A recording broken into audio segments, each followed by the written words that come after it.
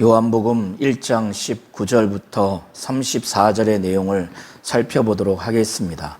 사도 요한은 침례 요한의 증언 두 가지를 통해서 예수 그리스도의 정체성 및 사역에 대해서 설명하고 있습니다. 곧 예수께서 어떤 분이고 본질적으로 어떤 사역을, 일을 하시는 분인가를 설명하고 있습니다.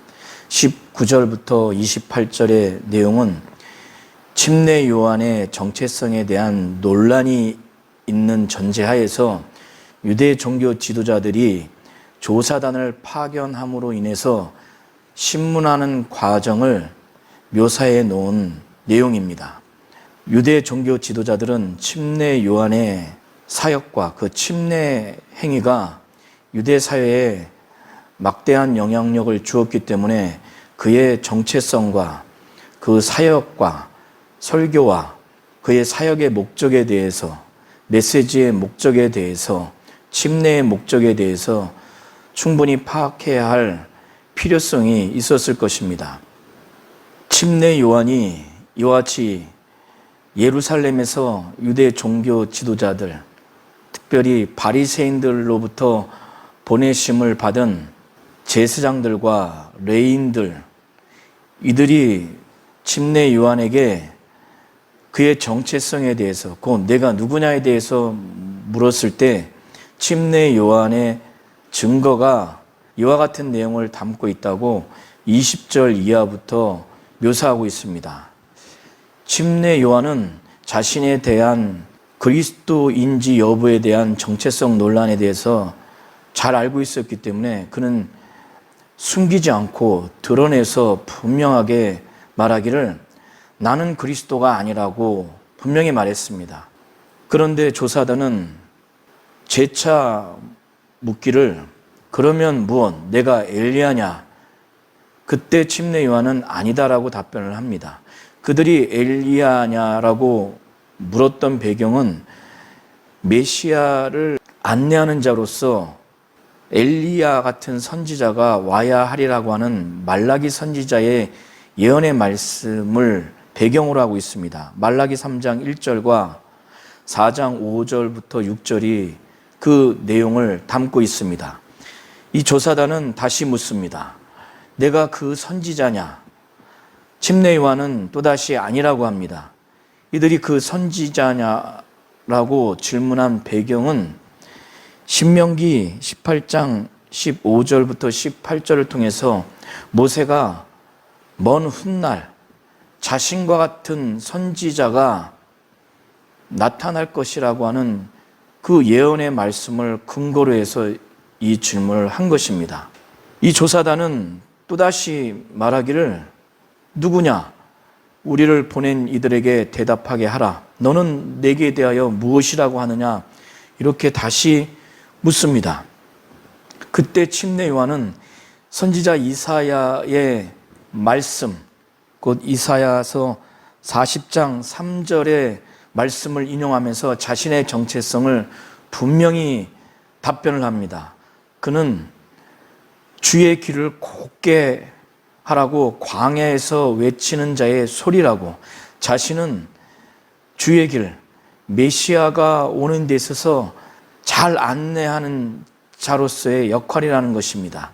그리고 말씀이신 예수 그리스도와는 전혀 다른 광야에서 외치는 자의 소리, 없어지는 소리라고 분명히 자신의 정체성을 나타내 주고 있습니다.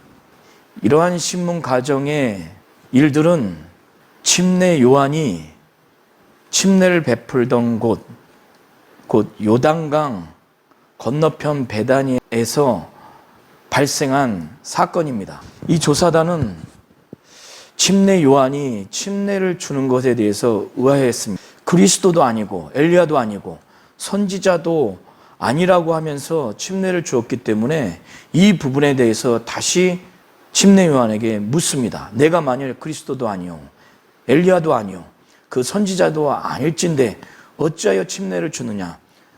이 질문을 했을 때 침례 요한은 나는 침례를 주거니와 너희 가운데서 너희가 알지 못하는 한 사람, 곧 내 뒤에 오시는 그이라.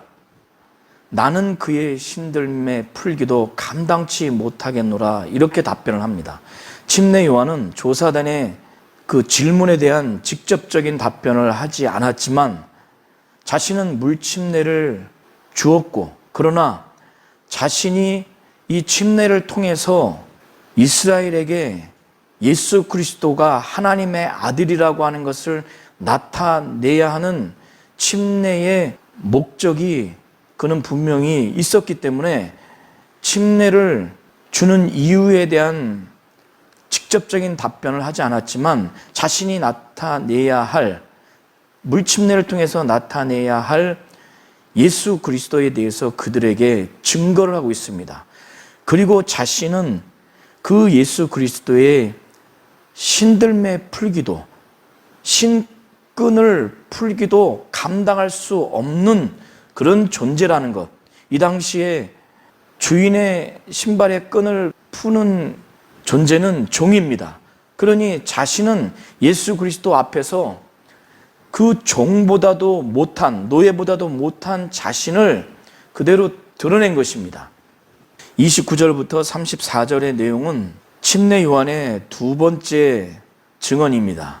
예수 그리스도의 정체성과 사역에 대한 직접적인 증언인데, 조사단에 의해서 신문을 받고 난 그 다음 날, 이튿날 침례 요한은 예수께서 자신에게 오는 것을 보게 됐습니다. 그때 아마도 하나님이 그에게 영안을 열게 해주셔서, 영감을 주셔서 그가 친척으로서의 육신적인 관계, 혈통적인 관계에서 예수를 알고 있었지만 예수 그리스도가 죄를 지고 가는 하나님의 어린 양, 세상 죄를 지고 가는 하나님의 어린 양이라고 하는 예수 그리스도의 영적인 실상, 참 신분에 대해서 그는 보게 됐고 그것을 주위 사람들에게 고백을 하게 된 겁니다. 증거를 하게 된 겁니다. 침례 요한은 그때 이미 전부터 예수 그리스도에 대해서 자신은 말을 했다.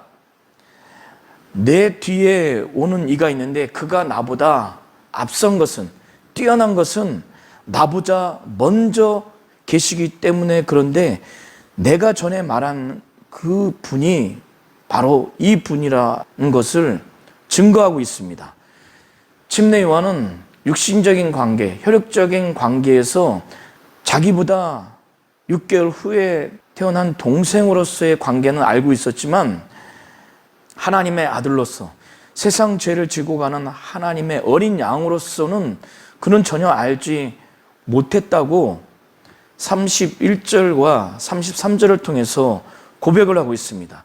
그런데 그가 물침례를 주는 근본적인 동기와 목적을 고백하기를 이스라엘에게 예수 그리스도를 나타내게 합니다라는 고백을 31절을 통해서 표현하고 있습니다. 그리고 그가 또 증거하기를 하나님이 주시는 감동을 통해서 예수 그리스도가 성령을 받은 사건, 성령이 비둘기같이 하늘에서 내려와서 예수 위에 머무른 것을 그가 보게 된 겁니다.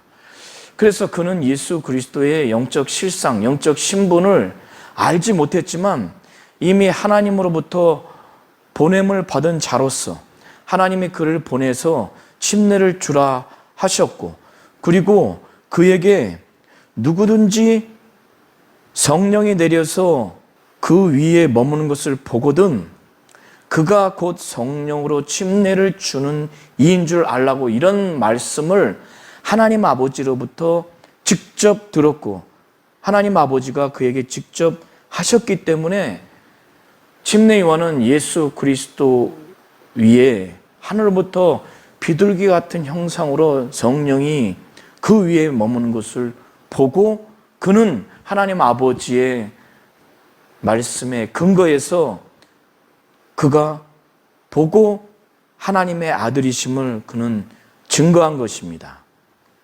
19절부터 34절의 내용은 사도 요한이 이와 같이 침례 요한의 증언 두 가지를 통해서 예수 그리스도의 정체성과 그의 사역을 증거하고 있습니다. 예수 그리스도는 세상 죄를 지고 가는 하나님의 어린 양이고 성령으로 침례를 주는 하나님의 아들이라는 것을 증거하고 있는 것입니다.